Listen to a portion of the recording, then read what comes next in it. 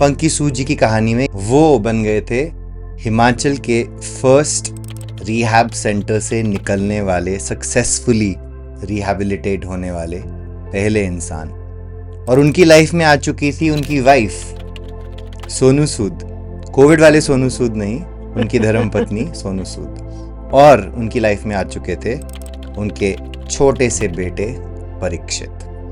तो यहाँ पर I would want to invite into the discussion Sonu ji, उनका पर्सपेक्टिव जानना, उनकी अंडरस्टैंडिंग कि वो कैसे ये सब से डील कर पाई और कैसे उन्होंने अपने पति को सपोर्ट किया। That's even more important. Welcome to the चोटकास्ट।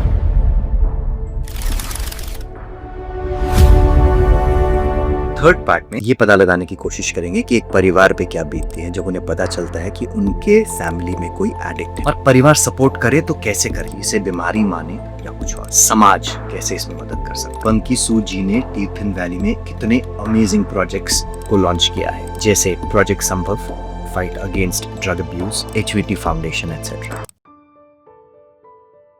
So very warm welcome. Thank you ji. Sonu ji, आपका नाम का एक और इंसान है जो बहुत कोविड में बहुत फेमस है। बिल्कुल। उन्होंने दूसरे लोगों के लिए बहुत काम कर लिए। बिल्कुल। सबसे पहले मेरा आपसे ये सवाल है कि जब आपकी शादी हुई तो क्या आपको मालूम था ये सब एडिक्शन के बारे में? नहीं, तब नहीं मालूम था। नहीं मालूम बिल्कुल था? भी नहीं। नहीं। पता कैसे चला? पता धीरे धीरे लगा कि कुछ प्रॉब्लम है इस इंसान में। जी। कुछ तो गड़बड़ है जी। क्योंकि सारे घर के लोग जो थे सब ढूंढते थे जी। और ऐसे मतलब ऐसा वो करते थे कि इसको कहीं पे भी जाने ना दो, ये ना करो। तो मैं सोचती थी कि ये क्या है, मतलब क्यों इतना फोकस करते हैं इतना इस इंसान के ऊपर सारे, मतलब ठीक है अपनी जिंदगी। क्या पता ज्यादा प्यार करते हो, ऐसा लगा होगा आपको शुरू में? नहीं, वो वाली प्यार वाली फीलिंग तो पता था कि प्यार नहीं है, कुछ गड़बड़ है। वो गड़बड़ नजर आती थी। हाँ, अच्छा। नजर आती थी गड़बड़, बट इतना एक्सट्रीम नहीं सोचा था कि ऐसा होगा, है ना। ऐसा नहीं सोचा था क्योंकि गायब रहते थे ना, बहुत घर से बहुत गायब रहते थे। तो कुछ तो था पर समझ नहीं आते थे। एक इंसिडेंट शेयर करूंगी, अभी शादी के 4-5 दिन ही होंगे हमारे, तो पड़ोस में शादी थी हमारे।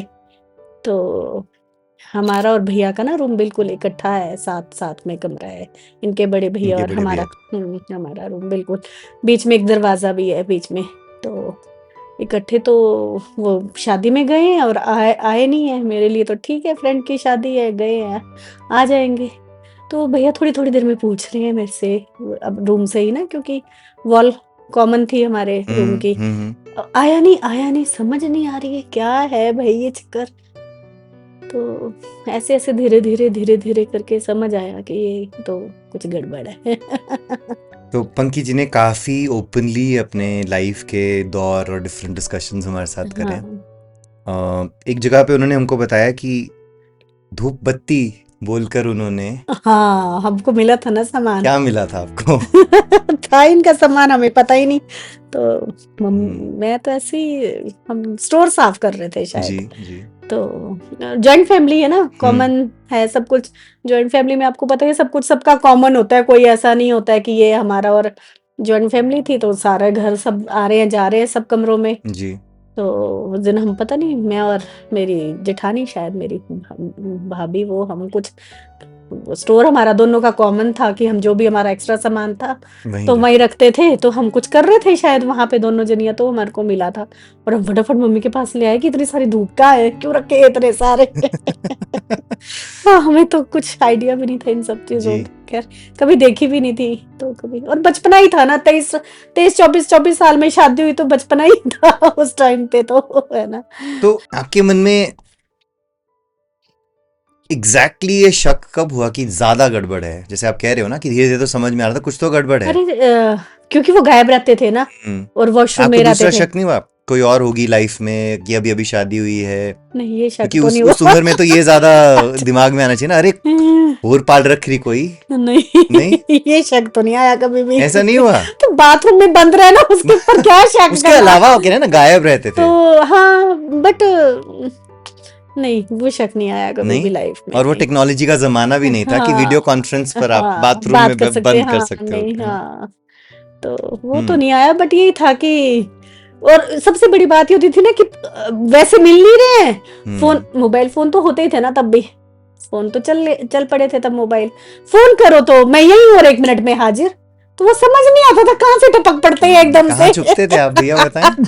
कहाँ से टपकते थे समझ नहीं सिर्फ आता था। वॉशरूम्स तक ही? नहीं नहीं, कहीं से भी टपकते थे वो। नहीं, इनफैक्ट आई थिंक उन्होंने बताया कि जो नेक्सस जो इनको सप्लाई भी करता था वो भी काफी बहुत ही नजदीक हाँ, उनको सप्लाई भी मिल जाता था। तो बस वैसे ही होता था। आपके हिसाब से आइडेंटिफाई कर पाना आसान है कि कोई इंसान इस तरीके का नशा करता है? क्योंकि शराब या सिगरेट की अगर बात करें, नहीं, थोड़ा तो मुश्किल है, बिहेवियर चेंजेस वो होते हैं। आसानी से शायद पता लग जाता है कि हाँ, कोई बिहेवियर शराबी है या चेंजेस, कोई हाँ सिगरेट वो तो पीता है। आना है, बट हाँ इसमें भी पता तो लगता है, पर थोड़ा आराम से, एक्चुअली मैनिपुलेट बड़ा करते हैं ना, ये बहुत मैनिपुलेटिंग होते हैं ना लोग, तो एकदम से मैनिपुलेट कर देते वो कि नहीं। इंटेलिजेंट हो जाते हैं ज्यादा, जैसे मुझे समझ में आया कि हाँ वही ना, तो वही हमको छठी इंद्री जाग जाती है। समझ नहीं आता है ना हम, और परिवार का हमेशा एक सॉफ्ट कॉर्नर होता है ना जी, अपने, है बच्चे ना, के लिए। बच्चे के लिए, अपने हस्बैंड, मतलब किसी भी मेंबर के लिए सॉफ्ट कॉर्नर ही होएगा ना।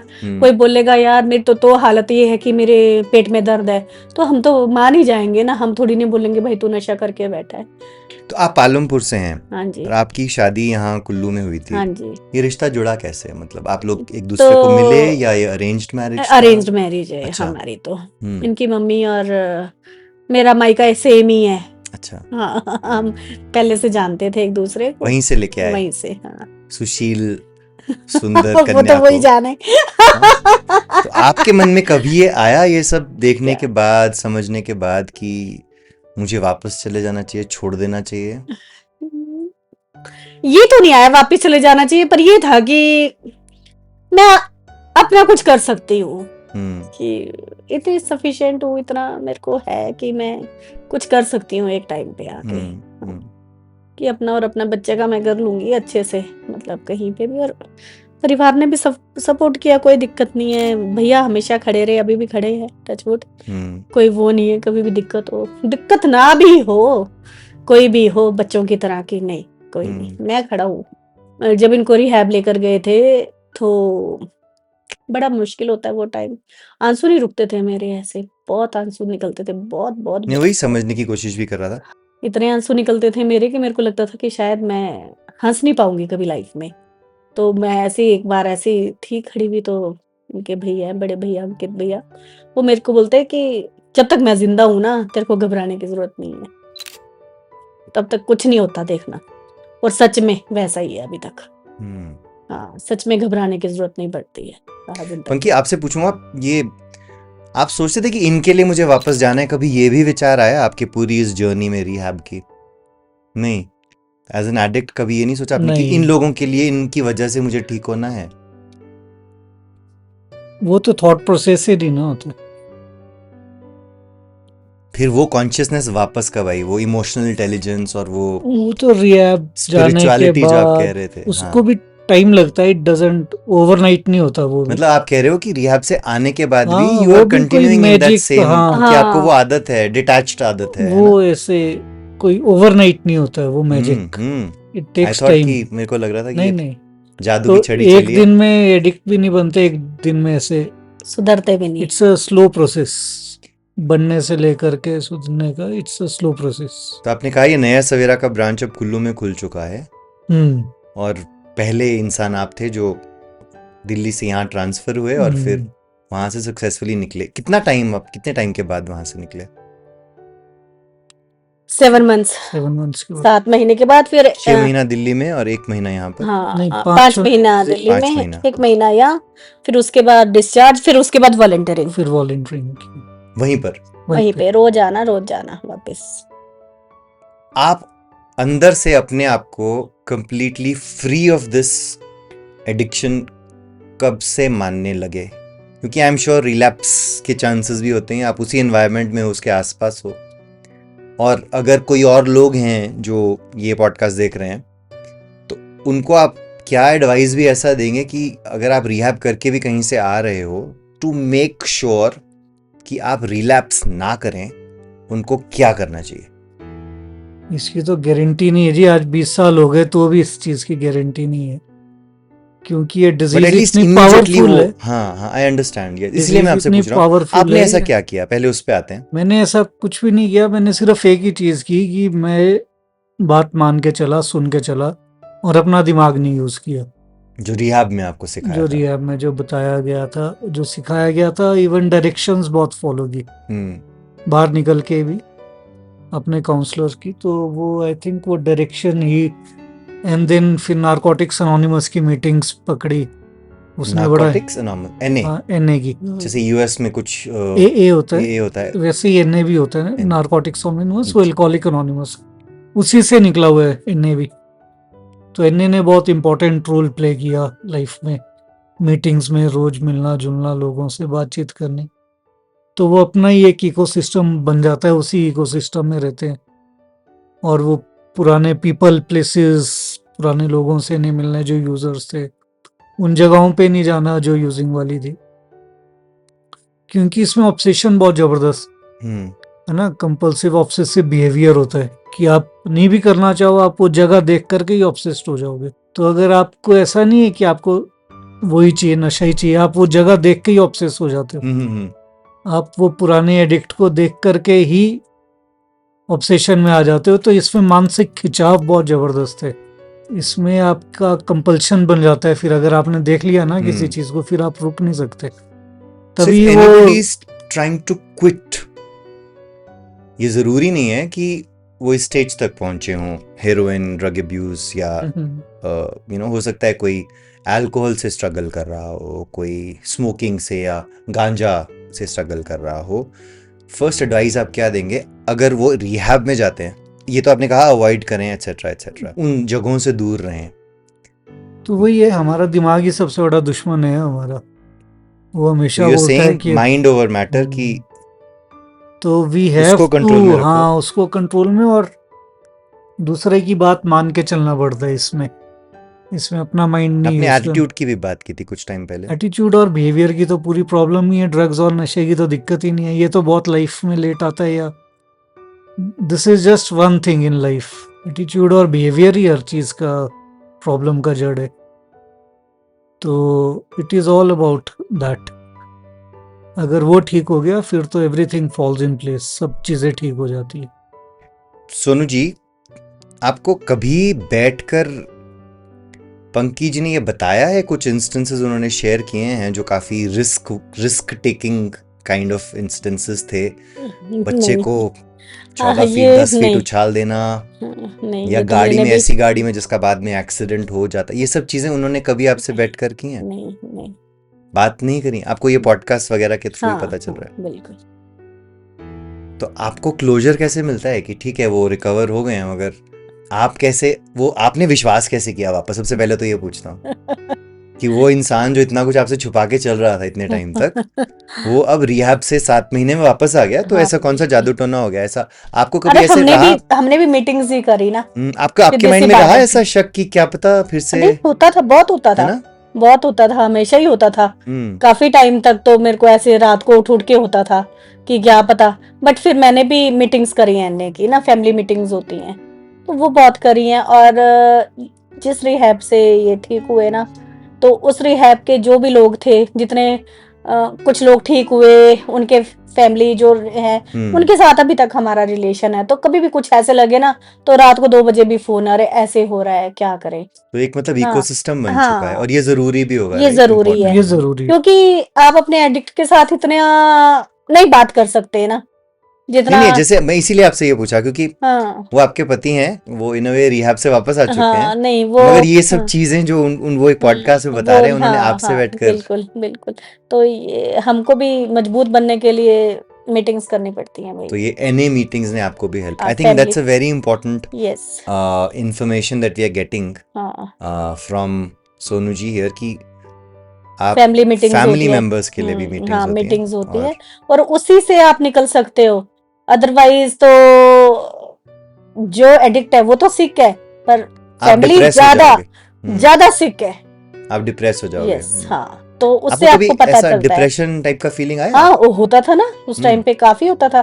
पर जैसे फिर यहाँ पे जुड़े ना, इनके साथ जुड़े, तो उससे फर्क पड़ता है ना, मिलना जुलना, फिर उससे एक उम्मीद मिलती है आपको। अब तो हमारे भी, चलो आज हमसे कितने लोगों को उम्मीद है कि 20 इयर्स हो गए, पर हम भी तो एक एक दिन करके ही पहुंचे ना यहाँ पे।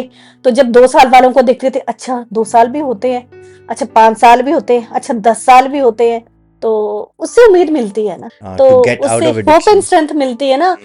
अगर इनका हो सकता है तो हमारा क्यों नहीं। ये तो होप एंड स्ट्रेंथ की गेम है सारी। ब्यूटीफुल। कोई भी जॉडकास्ट में बिना गेम्स के मैं ख़त्म नहीं करता, मगर ये जो गेम्स हैं ये नॉर्मल गेम्स नहीं है कि मतलब मैं आपको कुछ कैच नहीं करवाऊंगा। मैं आपको स्टेटमेंट्स या थॉट्स या चूज करने को कुछ चीज़ें कहूँगा, तो एक एक करके करते हैं। हाँ, तो पहले पंकज जी मैं आपसे पूछता हूँ, यहाँ पर आप कई कुछ चलाते हैं, एज अ होम स्टे भी रन करते हैं, लोग लॉन्ग स्टे के लिए आ सकते हैं। हिमाचल में इस प्रॉब्लम को आपने देखा भी है, और आपने ये भी कहा कहीं कि ये शायद टूरिस्ट्स के साथ आया है प्रॉब्लम, यहाँ पर कुछ लोग लेकर के आए। तो मेरा आपसे एक सवाल है कि आप प्रेफर क्या करते हैं, हिमाचल में किन लोगों को ज़्यादा आना चाहिए, एज वॉलंटियर्स या एज टूरिस्ट्स?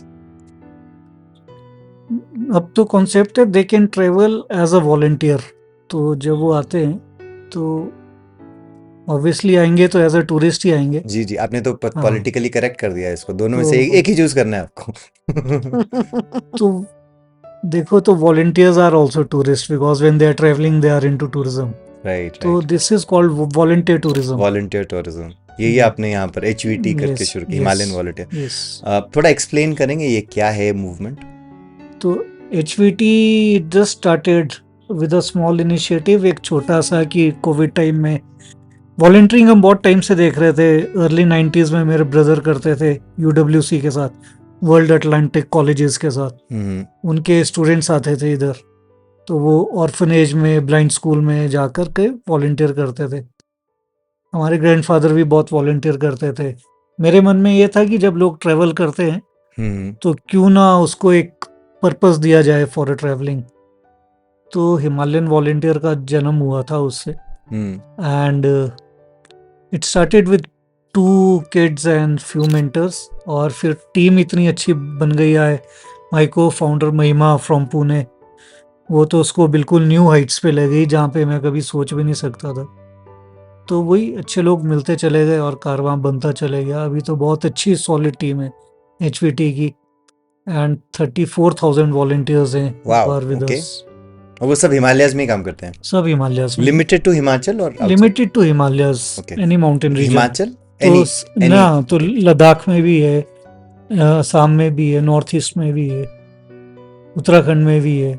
ब्रिलियंट। तो we have open more than 200 से ज़्यादा लाइब्रेरीज खोल चुके हैं, कंप्यूटर सेंटर्स खोल चुके हैं। तो लोग अगर HVT से जुड़ना चाहते हैं तो हाउ कैन डू दैट? वो हमारी वेबसाइट पे जाते हैं, ओके, HVT फाउंडेशन पे, और उसी पे जा कर के जुड़ते हैं। HVT के काफ़ी फ्लैगशिप प्रोग्राम्स हैं। अभी प्रोजेक्ट वार्म्थ किया था लद्दाख में हमने। एजुकेशन पे बहुत कर रहे, टीच फॉर हिमालयस प्रोग्राम चला हुआ है जो लोगों को बहुत पसंद है। मिशन संभव वॉर अगेंस्ट ड्रग्स एक फ्लैगशिप प्रोग्राम है प्रोजेक्ट, ओके। विच आई लीड पर्सनली। तो अभी हमने कश्मीर चैप्टर शुरू हो रहा है, उसमें लद्दाख चैप्टर शुरू हो रहा है। तो इन गवर्नमेंट्स ने और वहाँ के लोगों ने हमको अप्रोच किया है कि उधर आकर भी इस प्रॉब्लम के ऊपर काम करें। तो इन अगस्त वी आर हैविंग हमारे प्रोग्राम्स है वहाँ पे, श्रीनगर में, कारगिल में, द्रास में, लद्दाख में। वो सब ऑलरेडी सेट है और पूरा ड्रग अब्यूज पे ही है वो प्रोग्राम। तो दिस इज मिशन संभव वॉर अगेंस्ट ड्रग्स। तो इसमें सेंटर से भी लोग आते हैं। अभी 76 ऑफिसर्स आके गए भारत के अलग अलग मंत्रालयों से, जो एडिक्शन को समझना चाहते हैं। ये रन कहाँ पर करता है HVT फाउंडेशन?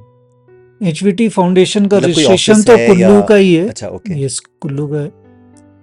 बट हाँ, आज की डेट में तो ऑफिस की जरूरत पड़ती नहीं है, everything is digital and online.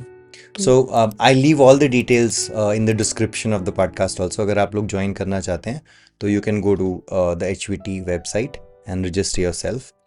और कितने कितने लंबे प्रोग्राम्स होते हैं HVT के?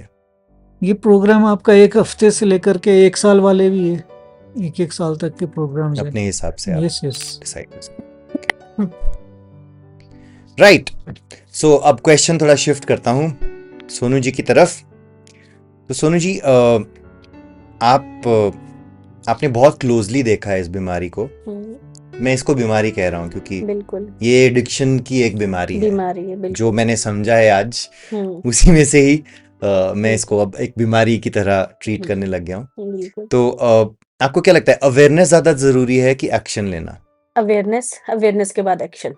ओके, हाँ, थोड़ा एक्सप्लेन कीजिए कैसे। थोड़ा बच्चों पर ध्यान रखें, इनका क्या है, बिहेवियर चेंज हो रहा है, कुछ गड़बड़ कर रहे हैं, उसके लिए ध्यान रहे और टेक दम एक्शन। और इसको छुपाओ नहीं, बोल के करो, कोई बात नहीं, बाद में भी सबको पता चलता है, ऐसा नहीं है कि नहीं पता चलता, सबको हम वही तो रहते हैं कि इसको पता चल जाएगा, ये क्या बोलेगा, इस पड़ोसी को पता चल जाएगा, इस रिश्तेदार को पता अरे कुछ नहीं होता। अवेयर रहो और फट एक्शन करो। जब भी आपको लगे एकदम से ये मत सोचो कि हमारे बारे में क्या सोचेंगे, क्योंकि हमारे साथ भी ऐसे ही था ना, कि हम भी ऐसे ही सोचते थे।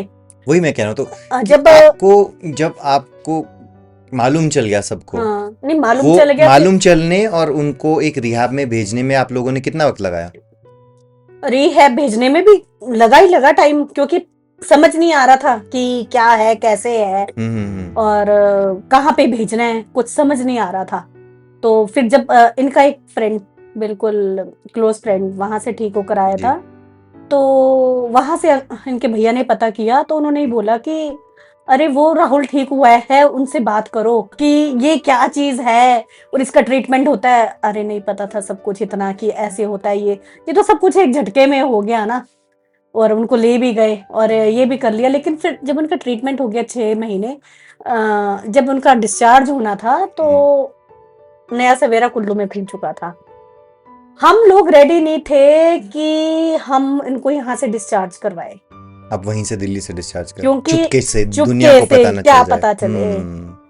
तो वो बोलते थे, जो अरविंद जी हैं, इनके काउंसलर भी हैं और जो रिहैब चलाते हैं, वो बोलते थे तुम अपना इलाज कराओ, उसका तो इलाज हमने कर दिया है, तुम अपना इलाज कराओ, एक्सेप्ट करो। हाँ, सबसे पहले मानो। वेरी इंपॉर्टेंट, बहुत अच्छा मैसेज भी हमें मिल गया इस Q&A राउंड से। तो अंकित जी, आपकी तरफ एक और चूज करना है आपको, इनमें से एक ड्रग एडिक्ट के दोस्त होते हैं या सिर्फ यूजर्स होते हैं?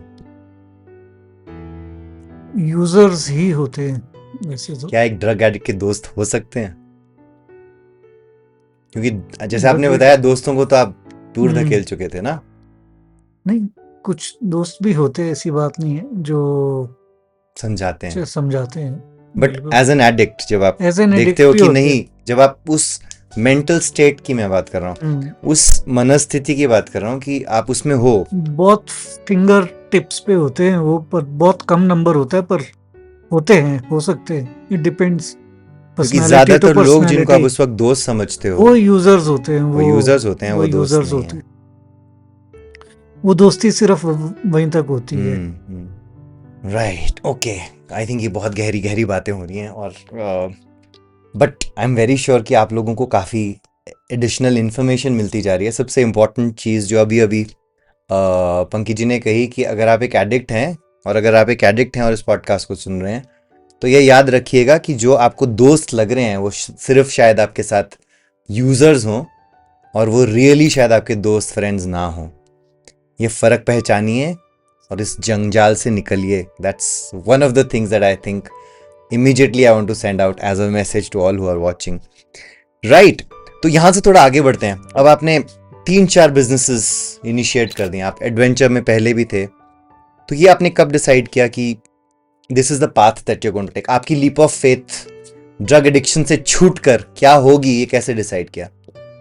एडवेंचर तो मेरे को शुरू से ही पसंद था। इनफैक्ट मेरे को फर्स्ट अपना मैसेज रिकवरी का, ड्रग एडिक्शन का, वो भी मेरे को एडवेंचर के थ्रू ही मिला था। देयर वाज एक बड़े वर्ल्ड फेमस एंथ्रोपोलॉजिस्ट भी हैं और डिस्कवरी के होस्ट भी थे, डॉक्टर जेफ सॉल्स। जिनकी बुक्स बहुत लिखी हुई है, ही इज एन अमेरिकन, और हम एक पीक क्लाइंब करके आ रहे थे दोनों। It was unnamed unclimbed peak. Okay. तो जेफ को पता तो लग गया कि कुछ प्रॉब्लम में है, कुछ दिक्कत है। फर्स्ट मैसेज दिया था जेफ ने, उतरते उतरते उसने पीछे से हाथ रखा, बोलता एक नारकोटिक्स एनोनिमस करके एक संस्था है उसमें लोग बात करते और ठीक हो जाते। तो मैं सोच रहा था अंग्रेज पागल हो गया बात करके कौन ठीक होता है जी। और मैं तो सोच रहा था मेरे को तो भाई प्रॉब्लम ही कोई नहीं है, मैं तो एक्सेप्ट नहीं किया था आपने तब हाँ। तक। तो ऐसे बहुत मेरे को अपनी लाइफ में ऐसे बहुत लोग मिले जिन्होंने मैसेज दिया। डॉक्टर जेफ सॉल्स मिले, विंस मिला जो he is a Olympian, Vince Posnett. Okay. वो हॉल ऑफ फेम में भी आता है, वर्ल्ड टॉप 10 स्पीकर्स में भी आता है, तो उसने भी बहुत हेल्प किया। फिर एक पेसन मिला, वो भी अमेरिकन, जिसने ग्रेट हिमालयन नेशनल पार्क को यूनेस्को का टैग दिलवाया, उन्होंने बहुत हेल्प किया। तो बहुत ऐसे लोग आए। मिस्टर योगेंद्र चौधरी मिले जो IRS ऑफिसर रहे, और उन्होंने मेरे को अर्ली रिकवरी में बहुत हेल्प किया। जब मैं रिहैब से बाहर आया था तब मेरा उनके साथ इंट्रोडक्शन हुआ। ऐसे लक्ष्मी करके एक लेडी है जो उसने मेरे को रिलैप्स से बचाया एक बार। तो ऐसे बहुत सारे लोग रहे लाइफ में ना, जो आते गए और एज अ पिलर या हायर पावर काम करते गए लाइफ में किसी ना किसी तरीके से। पर अपने तो दिल पे हाथ रख के ये बताइए कि कभी भी वापस आप गए उस तरफ? ऐसा हुआ? हाँ, मेरे बड़े क्लोज इनकाउंटर्स हुए। रिहैब? हाँ, रिलैप्स के साथ क्लोज इनकाउंटर्स हुआ कभी? नहीं, रिलैप्स कभी नहीं। Thank God. ओके। इनकाउंटर हुए, क्लोज इनकाउंटर्स, जिसमें कोई ना कोई एज ए हायर पावर बन के मेरी लाइफ में काम कर गया। नहीं तो रिलैप्स होना कोई बड़ी बात नहीं है, क्योंकि इट्स ऑल अबाउट फीलिंग्स। मौसम अच्छा है तो पी ली, मौसम खराब है तो पी ली। ट्रिगर पॉइंट्स बहुत है। जी जी जी। बिजनेस में कुछ लॉस हो गया, थोड़ा पैसा ज्यादा कमा लिया, किसी ने कुछ बोल दिया, तो ट्रिगर पॉइंट्स इतने इसमें कि उसका कुछ so we have to be aware of that. Early recovery में अपनी फीलिंग्स को संभालना बहुत जरूरी है। ठीक है। आई थिंक हमने बहुत बातें की हैं कि आप एज एन एडिक्ट कैसे थे, बट उससे भी ज़्यादा इम्पोर्टेंट चीज़ वो है जो अब आप कर रहे हैं, जिसमें दो चीज़ों की तो हमने बात की। इसके अलावा आप टेड टॉक भी कर चुके हो। So how was that experience, और किस बारे में था ये टेड टॉक? वो एक्सपीरियंस भी बहुत अच्छा था, और it was the journey of addiction again, कि कैसे एडिक्शन में फंसे थे और उससे बाहर निकले। So it was a wonderful thing. जब आप अपने आप को देखते हो आज, after all that you have done, आपने ये सब क्रिएट किया है, यहाँ पर एक अमेजिंग फैसिलिटी क्रिएट किया है, एक वॉलंटियर प्रोग्राम क्रिएट किया है, एडवेंचर स्पोर्ट्स का एक इनिशिएटिव क्रिएट किया है, तो आप एक लूजर की तरह देखते हो अपने आप को या एक अचीवर की तरह देखते हो अब? नहीं, जो एक रिकवरिंग एडिक्ट है ना, वो डबल एज स्वॉर्ड बोलते हैं ना, उसके ऊपर होता है, दो धारी तलवार पे चलने वाली बात आप होती अपने है। आप को अभी भी रिकवरिंग एडिक्ट कहेंगे? अभी भी रिकवरिंग ही है, and again it's just for today का ही प्रोग्राम है मेरा आज के दिन भी, कि आज का दिन ठीक निकल जाए, हम उसी में खुश है, तो ज़्यादा लंबा नहीं सोचते। और आज भी वही चीज़ काम कर रही है मेरे लिए। तो वही, जैसे मैं आपको बताया, ट्रिगर पॉइंट्स बहुत है, तो उसमें जी जी जी। सो वहाँ से दूर रहना, उन ट्रिगर पॉइंट्स से। हाँ, उनसे दूर रहना, उनसे बचना, शेयर करना, तो सारी चीज़ें साथों साथ चलती है। आप खुद क्यों नहीं खोलते ऐसा एक डी एडिक्शन सेंटर, या ऐसा क्यों नहीं कुछ क्रिएट करते, कोई इकोसिस्टम? ये थॉट आपके माइंड में है कि आप और लोगों की हेल्प एक डी एडिक्शन सेंटर ओपन करके, या एक अपने यहाँ कुछ एक स्पेस क्रिएट करके जहाँ पे आप अवेयरनेस स्प्रेड करें, ऐसा कुछ करते हैं आप अभी? हाँ, तो मैं बहुत सारे डी एडिक्शंस के साथ वैसे ही एसोसिएटेड हूँ, वॉलंटरली। दूसरे डी एडिक्शन सेंटर्स के साथ? ओके। वॉलंटरली, जिसमें बहुत सारे मेरे फ्रेंड्स नहीं खोले हुए हैं जी, जो मेरे साथ रिकवरी में थे या जो मेरे साथ ट्रीटमेंट से बाहर। विष्णु के 5 है, उनके 5 रिहैब सेंटर्स हैं, बहुत बढ़िया काम कर रहा है वो। कुल्लू में विशाल है, वो भी हमारे यहीं से, फिर रोहन है, तो ऐसे बहुत सारे रिहैब्स है जिनके साथ मैं एसोसिएटेड हूँ। और बात वही है होप एंड स्ट्रेंथ की, कि आप क्या जा करके शेयर करते हो, क्या बांटते हो।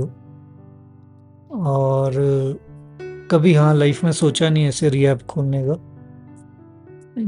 और ना ही मेरा मन है ऐसा कुछ करने का, बट डेफिनेटली जहाँ पे ज़रूरत पड़ती है हम वहाँ पे हमेशा प्रेजेंट है। और क्योंकि एक रिहैब को रन करना जितना लोगों को लगता है उतना सिंपल है नहीं वो process. I think legal implications, legal implications drug को छोड़ लाइसेंसेस, करके भी बहुत सारा प्रेशर रहता है। और अब तो गवर्नमेंट ने बहुत क्यों प्रेशर बढ़ा रही है आई डोंट नो, लेकिन गवर्नमेंट बोलती है अब 30 बेड के रिहैब्स पे 24 लोगों का स्टाफ चाहिए, जो मेरे हिसाब से तो बिल्कुल भी जायज़ नहीं है। और इवन अपोलो हॉस्पिटल या मैक्स में भी पेशेंट्स के ऊपर इतने सारे वो नहीं होते। अब वो किस कारण से वो ये चीज़ करना चाह रही है आई एम नॉट श्योर। कुछ चीज़ें ठीक है उनकी, बट काफ़ी प्रेशराइज कर रही है गवर्नमेंट रिहैब्स को एक तरह से कॉर्नर आउट करने का। मैंने रिसेंटली एक पॉडकास्ट किया था, चेतन ब्राक्टा जी, उन्होंने बात की थी हिमाचल में ये बढ़ते हुए स्पेसिफिकली एक पर्टिकुलर ड्रग के बारे में, चिट्टा के बारे में। उनके हिसाब से सरकार को और कदम बढ़ाने चाहिए, सबसे पहले रिहैब सेंटर्स और क्रिएट करने के लिए, और उस इकोसिस्टम को क्रिएट करने के लिए, क्योंकि आजकल हिमाचल में रिहैब सेंटर्स हैं ही नहीं। अगर आप कह रहे हैं यहाँ पे, आपने 2-3 नाम हमें गिनाए कि रिहैब सेंटर्स हैं, बट अगर किसी को यहाँ, मैं तीर्थन में हूँ, यहाँ कोई अगर एडिक्ट मिलता है तो उसे कितना दूर जाना पड़ेगा एक रिहैब सेंटर में? नहीं, अभी तो जैसे कुल्लू में फैसिलिटी है, कुल्लू जी। में भी गवर्नमेंट का भी खुला हुआ है जो डॉक्टर वैद्या लीड कर रहे हैं, and he is very good. Doctor वैद्या उनको एनए की भी वो सपोर्ट करते हैं, नारकोटिक्स अनोनिमस को भी सपोर्ट करते हैं, मेडिकल ट्रीटमेंट को भी जो डॉक्टर्स का तरीका है उसको भी सपोर्ट करते हैं। तो वैसा कुछ मिला जुला तरीका ही बचा सकता है। But do you लेकिन think enough है हमारे यहाँ पर? नहीं, अभी तो इसके सामने तो अमेरिका जैसा देश भी घुटने टेक चुका है, क्योंकि only the sad part is कि हम एक पर्टिकुलर नशे के ड्रग के पीछे, चिट्टे के पीछे पड़े हैं, क्योंकि अब वो क्रीप इन कर गया सबके घरों में। तो अब सब डर रहे हैं इस चीज से, लेकिन कोई भी उसकी जड़ तक नहीं पहुंचना चाह रहा है कि क्या वो सीधे चिट्टे तक आए हुए बच्चे या it has been through the stages. जैसे आपने बताया कि तो धीरे-धीरे। मैं गवर्नमेंट को या किसी भी हम उसमें जाते तो हम यही मैसेज देते कि रूट कॉज को काटो। पहले स्मैक था, फिर हीरोइन थी, फिर चिट्टा आ गया, अब क्या गवर्नमेंट फेंटानिल के पीछे पड़ेगी, ज़ाइलिन के पीछे पड़ेगी, ज़ॉम्बी ड्रग। अब चिट्टा आज से आप 2 महीने के बाद चिट्टे का नाम भूल जाएंगे, ये आज मैं आपको लिख के दे देता हूँ इस पॉडकास्ट के थ्रू। आप 2 महीने के बाद you won't be talking about चिट्टा, अब आप फेंटानिल और ज़ाइलिन की बात करोगे, ज़ॉम्बी ड्रग की बात हो। तो क्या गवर्नमेंट अब उसके लिए नया इनिशिएटिव चलाएगी? गवर्नमेंट इनिशिएटिव्स को वही रहने रूट चाहिए, उसमें बस कॉज, उनको बस इवॉल्व हो जाना चाहिए, आप ये कह रहे हैं। गवर्नमेंट को रूट कॉज को खत्म करना है। और आपके हिसाब से ये सिर्फ है क्या? Awareness is the key. आपको 8th 9th What 10th about से, stopping supply? That is totally different topic, we should नहीं, नॉट but वो टॉक अबाउट इट, क्यों नहीं हो क्योंकि पाता? It's a very big nexus. अभी आप हिमाचल की खबर उठा लो पिछले 1 साल में, उसमें टीचर भी पकड़े गए, पुलिस ऑफिसर्स भी पकड़े गए, आर्मी वाले भी है, आप कह रहे हैं रेवेन्यू political will डिपार्टमेंट भी नहीं वाले है भी कहीं। है, पॉलिटिशियंस भी है, मतलब पॉलिटिकल विल भी नहीं है कहीं पर, आप ये कह रहे हैं? everybody is into this nexus. So we should only talk about the solution, and solution is awareness. अगर आप 8वीं 9वीं 10वीं से ही ये इनकॉर्पोरेट कर दोगे स्कूल्स में प्रोग्राम, क्योंकि हमारे स्कूल्स में या कॉलेजेस या एजुकेशन सिस्टम में इस टॉपिक पे तो बात ही नहीं होती है। आप भी अच्छे स्कूल में पढ़े हुए, BCS है, स्नार्स है, हमारे गवर्नमेंट डिग्री कॉलेजेस है, ICSE पैटर्न है, CBSE पैटर्न है, NCERT आप एक में ही बता दो जिसमें इस टॉपिक के ऊपर बात होती तो है। आप कह रहे हैं अवेयरनेस, जो मैंने सिर्फ थोड़ी देर अवेयरनेस पहले इज द ओनली सोनू की, जी से भी पूछा कि अवेयरनेस के बाद एक्शन लीजिए, अवेयरनेस इज बट आप ओनली ये द क्यों की। कह रहे हैं कि सप्लाई चेन को हम खत्म नहीं कर सकते? क्योंकि सप्लाई चेन को हम ऑनेस्टली नहीं खत्म कर सकते। हम है और ना? आप नहीं कर सकते, हम बट एक और आप पॉलिटिकल क्या- विल हो और एक ऑर्गेनाइजेशनल डिसीजन लिया मैं जाए। आपको बताता रहा हूँ, अमेरिका जैसा देश भी घुटने टेक चुका है, ठीक है, दुनिया का कोई देश इससे नहीं लड़ पा रहा है। सिर्फ थिंग इज कि अब आपने अपनी आने वाली जनरेशन को कैसे बचाना है, उसका एक ही तरीका है, आप डिमांड को ही खत्म कर दो, सप्लाई अपने आप रुक जाएगी। अगर आप सप्लाई वालों से लड़ने जाओगे तो फिर वो लड़ाई दूसरी तरफ चले जाएगी। तो द मैंने थिंग कहीं इज पे- finish the demand. Finish the demand. आप ये कह रहे हैं कि यूजर्स को यूजर ही ना रहने दो, आप यूजर्स को घटा दो। यूजर्स को घटा दो, डिमांड अपने सप्लाई अपने आप बंद हो जाएगी। कहीं पे हाल ही में शायद मैंने पढ़ा था कि काफी सारा जो ये ड्रग मनी है ये फंड करता है वॉर अगेंस्ट इंडिया। इज तो that drug right? Money is a Pakistan- terrorism money. 1 रुपया भी अगर हम नशे के ऊपर खर्च करते हैं तो वो सीधा जा करके इन टेररिस्ट ऑर्गेनाइजेशंस को फीड करता है, और फिर वही सारे जो है वो इस देश में टेररिस्ट के रूप में आप देखते हो। तो drug money is a parallel economy in the world. वो एक पैरेलल इकोनॉमी चलती है जो हमारी पूरी इकोनॉमी के साथ चलती है, और जो पूरा ये नेक्सस को फीड करती है। तो ये तो बहुत बड़ा नेक्सस है। आई डोंट नो कब और कैसे ख़त्म होगा, लेकिन हाँ, अब इस चीज़ को रोकना है तो वही है, आप डिमांड ख़त्म करो, सप्लाई अपने आप रुक जाएगी। आपको सप्लाई वालों से लड़ने की ज़रूरत ही नहीं पड़ेगी।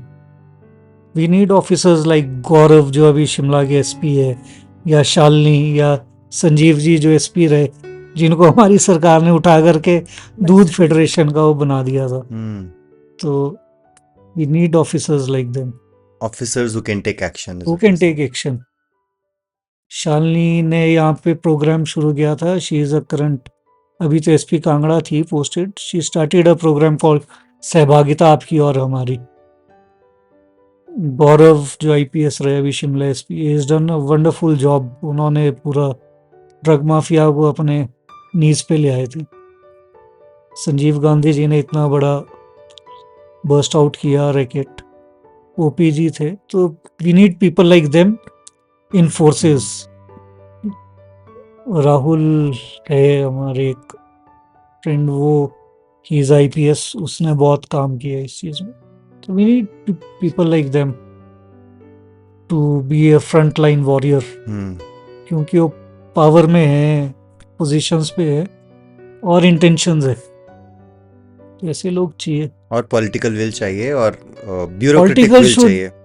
आई कांट कमेंट, बट ऐसे ऑफिसर्स को तो फ्री हैंड दे देना चाहिए।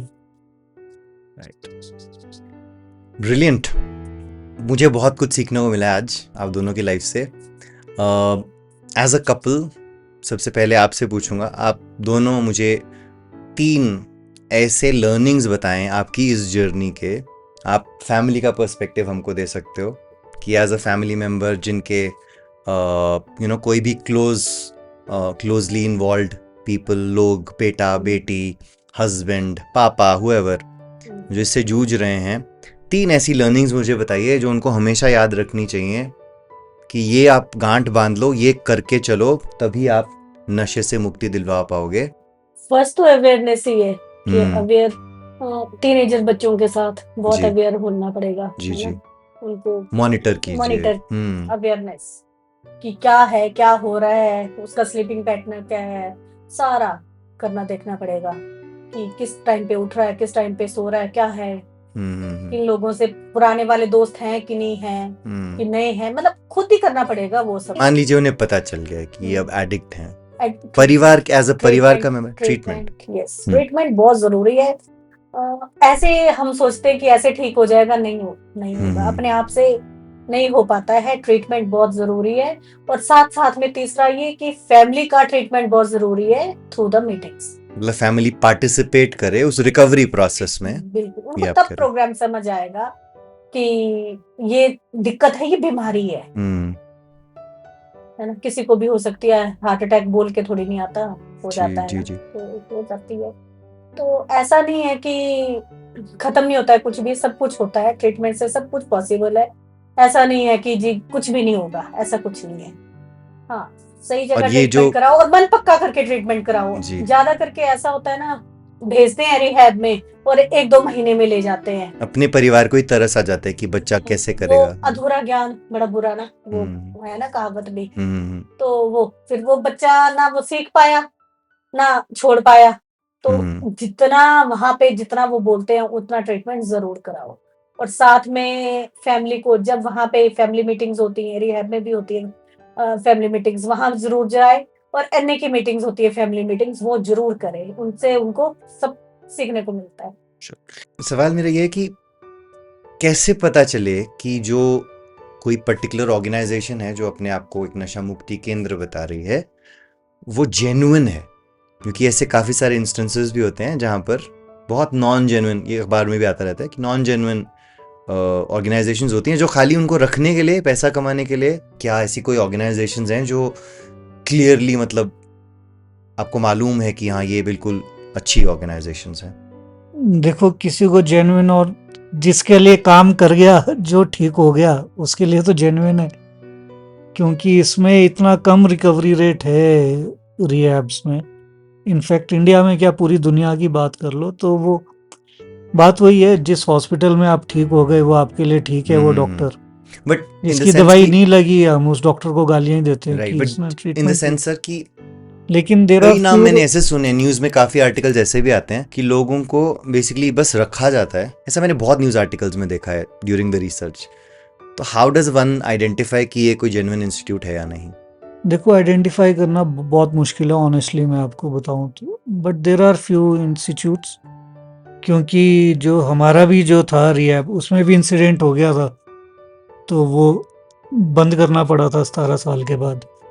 हालांकि आज के दिन लोग रोते हैं कि यार वो क्यों बंद हुआ, बट वो लोगों को नॉलेज नहीं था, ये नहीं था, तो लोग पीछे पड़ गए। तो अच्छे इंस्टीट्यूट्स में भी चीज़ें हो जाती है, बिकॉज आप एक एडिक्ट को घर पे नहीं संभाल पा रहे हो, रिहैब तो 50 एडिक्ट्स को संभाल रहे, तो वहाँ पे चीज़ें होना लाजमी है, कोई बड़ी बात नहीं है। अब वो सोसाइटी का नज़रिया चाहिए कि वो कैसे उन चीज़ों को लेती है। बट गुड ऑर्गेनाइजेशंस में जैसे कुल्लू की बात कर लें तो संकल्प अच्छा है, परिवर्तन अच्छा रिहैब है, पालमपुर में नया सवेरा है वो अच्छा है।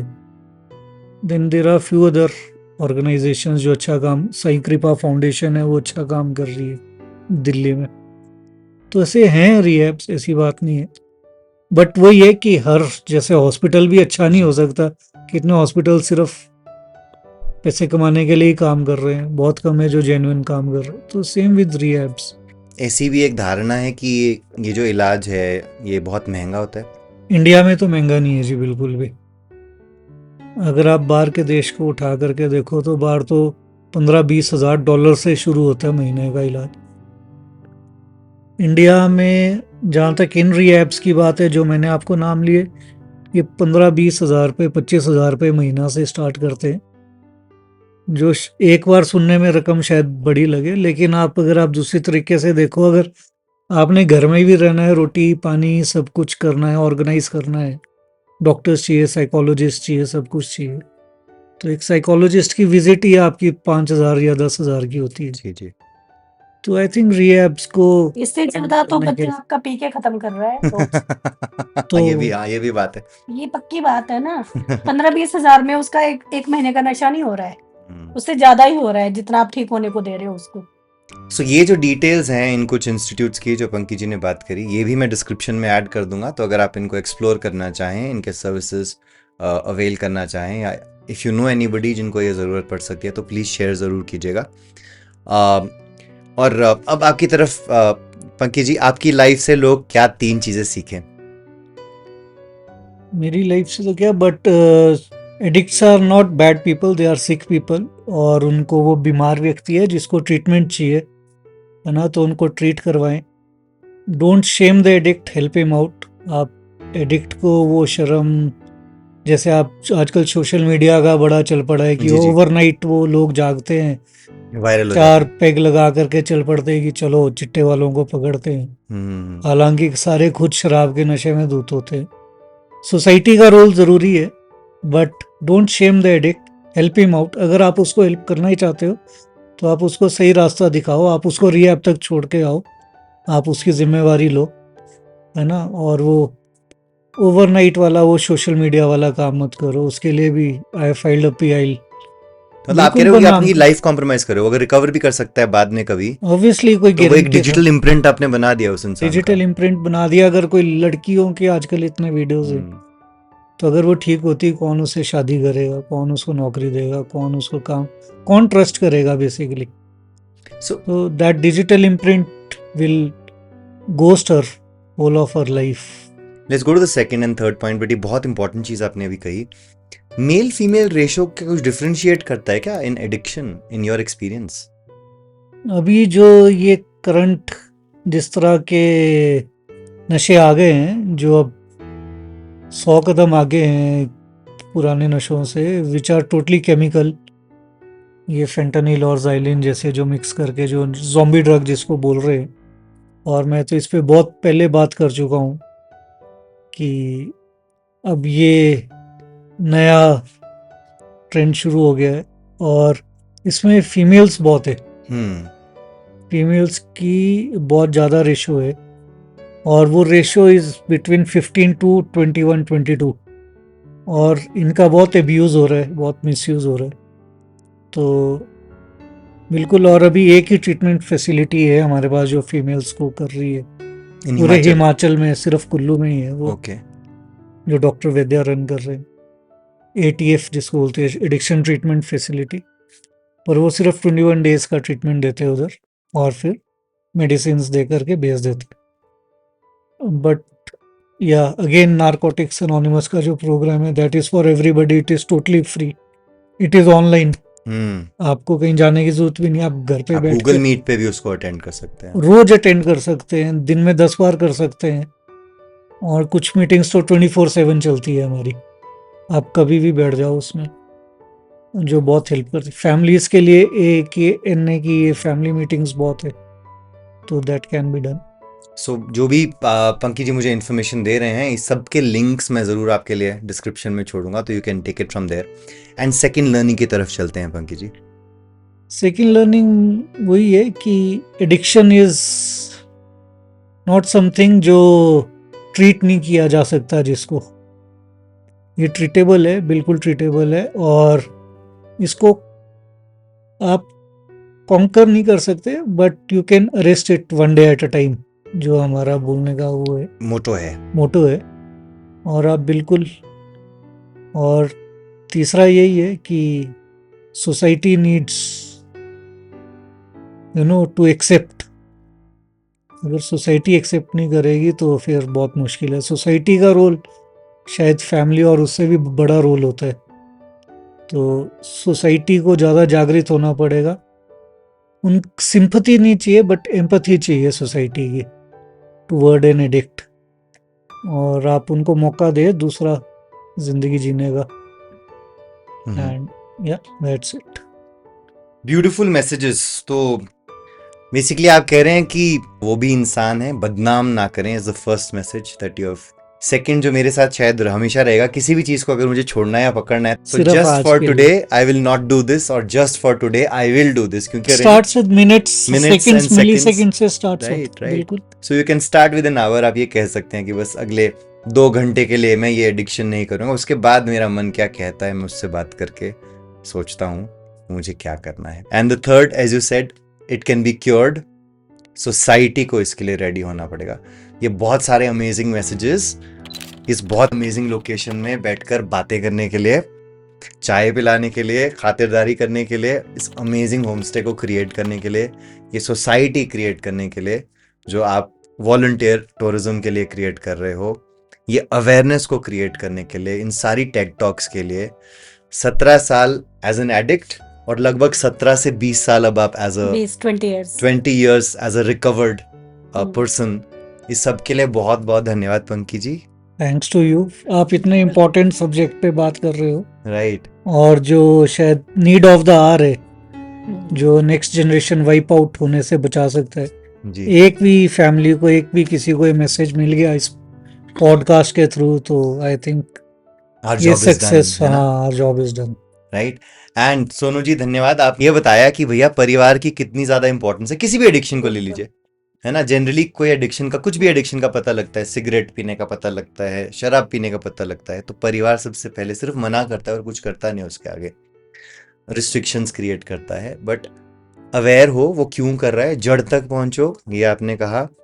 और कुछ गलत हो तो ट्रीटमेंट कराओ। ये भी हो सकता है कि कुछ दुख हो उसकी लाइफ में, उस इंसान की, बात करके, अवेयरनेस क्रिएट करके, कॉन्वर्सेशंस करके हीलिंग की तरफ जाएं। विद दीज अमेजिंग मैसेजेस मैं इस जोटकास्ट के एंड तक पहुंच गया हूं। अगली बार प्लीज ज्वाइन इन कीजिएगा एक और अनोखी ऐसी ही amazing take the leap story के लिए। Thank you for watching this Jotcast and thank you so much for joining in. Bye. तो अगर आप भी किसी एडिक्शन से गुजर रहे हो या किसी को जानते हो जो एक एडिक्ट है और इस पूरे के पूरे पॉडकास्ट सीरीज से उसे कुछ इंसाइट्स मिल सकती हैं, शेयर जरूर कीजिए उन लोगों से जिन्हें इसकी जरूरत है।